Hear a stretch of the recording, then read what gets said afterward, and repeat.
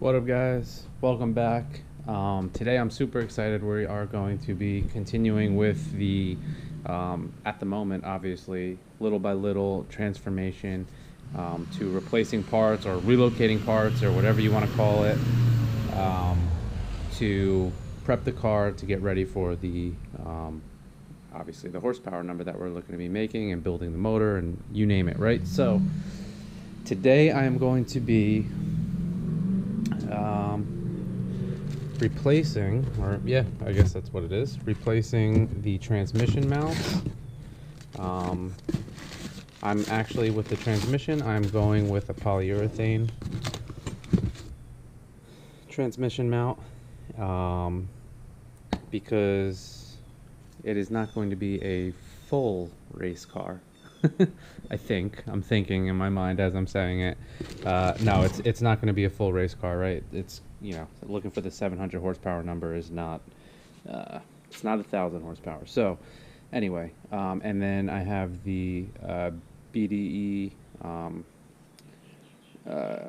transmission bracket, Crossmember, whatever you want to call it. So they go together. I got them both from Z1. And you have to get them together because the mount is actually smaller or a little bit larger than the stock one. So BDE makes this bracket that is customized so it still keeps the same height underneath the car. That way you're not banging it on anything, or that it fits in between the exhaust as well. So let me do those. Actually, I'll show you real quick too. So just in case if you have not seen them in person, I figured why not while I was at it. So I am going to be going the 6-shooter motor mounts for the motor. So I'm going to be doing polyurethane with the transmission, and then, you know, steel in the motor. That way, like I said, it's not full race car. It's like half race car. So let me not bore you. Let me jack up the car, let me get it lifted and see what we have to take apart. I'm guessing I'm gonna have to take down the exhaust. I'm hoping I don't have to, but we'll see. Let me do all that, and then I'll bring you guys back in.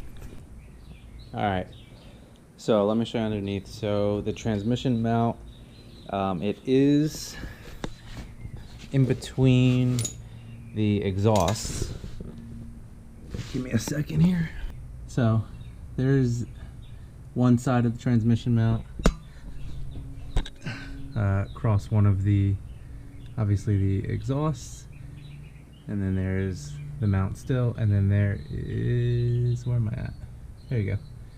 And there is the other side of the transmission mount. So it is in between the exhausts here. You are going to want to, sorry it's upside down, but you're going to want to obviously jack up the transmission, make sure it's supported so when you remove this mount it doesn't sag at all. I think I can get to it, again, sorry it's upside down, but I think I can get to these bolts, they're 14s by the way, without removing the exhaust. And then I tried pushing in you know, the replacement mount, the replacement cross member, and it seemed to fit even with this mount on there. So I think we'll be good. I think we'll have enough room. So let me start undoing this. But those are the bolts. So there's 3 here, 3 here. Make sure your transmission is supported so it doesn't fall down. So let me start doing that. Let me see if I can maneuver anything out, and it should be a pretty straightforward install. So go from there. Okay, so there's the transmission, there is the bushing, the bracket is removed. After you take off those 3 bolts on each side, it looks like you just got to take off those, one there and one there, bolts right there, right, for the bushing. And I think this whole tree area, I'm going to call it a tree even though it's not, but this whole area in general should pop out, and then we can kind of put together our bracket a little bit and see if I can wedge it up in there. So, but yeah, so let me do that, and then I'll show you where we're at. Alright, so this is heavy as hell. So the BDE bracket is made so that you can use the stock hangers. My car doesn't use the stock hangers, so it looks like the guy before may have kind of like banged them in a little bit just to like kind of get them out of the way, but left them there. I'm still gonna put it up, even though they don't use them, because I might be changing my test pipes. So it depends on the haul tech, or I may keep them and just create a second bung on the driver's side. But regardless, I'm going to put it up just in case. Worst case scenario, I could just take it off another time. So the way it is set up is, so this is obviously through there like that, and you know, there's your bushing in there. So the way that you are setting this up, and I could be wrong, but I'm pretty sure this is how it's going. So you have your, obviously your cross member, you have your bushing, and then this is going to go over the top of the bushing, and it'll all get screwed in. And then the stock hanger attachment here is what's going to go onto these bolts here. So hopefully that makes sense. It's pretty straightforward. So while my transmission is just being held up by a jack, let me hurry up and get back. I'm literally, like I said, just going to bolt everything back together, and I'll show you guys the final product. So if there's anything weird or different that kind of comes along in the meantime, I will most certainly let you guys know. Alright, so bushing is in. Like I said, I still left the stock. You can't really see, it's a little dark. There you go. Left the stock brackets in there for the exhaust hanger in there. Again, like I said, this is my exhaust like hanger, and then the bracket. It's just not used. So no big deal. I'm gonna leave it just in case. If my tuner says for whatever reason, whatever we decide to do, if he doesn't need it, then we could just take it out. So it's just a 14mm bolt on the top. And yeah, so now I'm going to slide in the cross member, the new cross member, and just kind of tighten that all up. Definitely remember to put any type of, even like a little bit of oil or just grease on the threadings, just to make sure that you get like the proper torque specs and everything along those lines. So let me do that, show you the finished product, and we're done.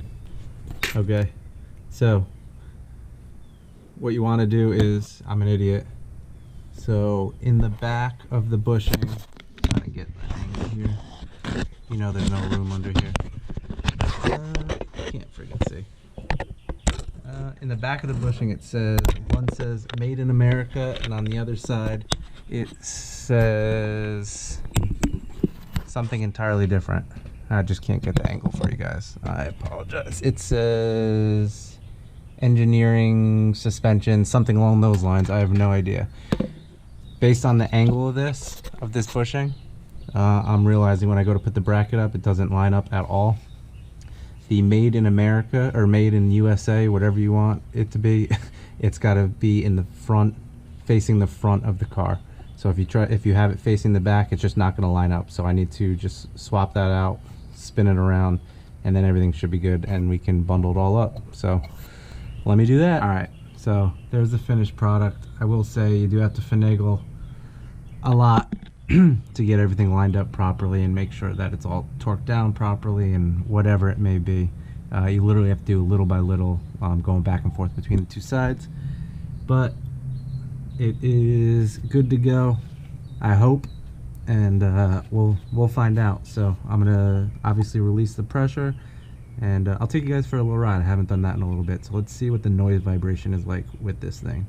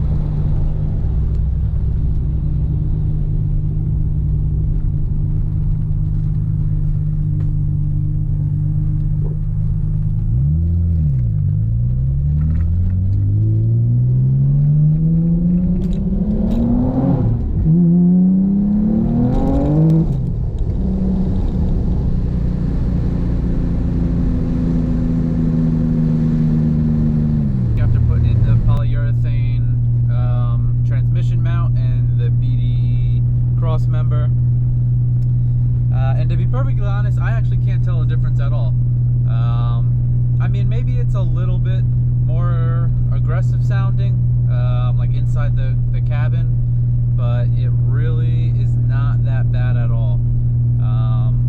Or put it this way, it's such a minimal amount that you honestly really can't tell. So yeah, I'm pretty excited with it. I'm sure once I get those, you know, 6-shooter metal motor mounts in, that'll be a different story. But again, yeah, just as far as the trans mount goes, all's good. So I definitely appreciate you guys checking out the channel, and please stay tuned for much more. I have a ton of parts that are in the mail for this car, and cannot wait for this next. I mean, it's probably going to take about a total of 8 months, but the process of, you know, building this thing to be super badass, pulling the motor, you know, if you follow the channel at all, you know I talk about it all the time because I'm so excited. But you're gonna be pulling the motor, rebuilding it, you know, looking for a nice, strong, reliable 700 horsepower.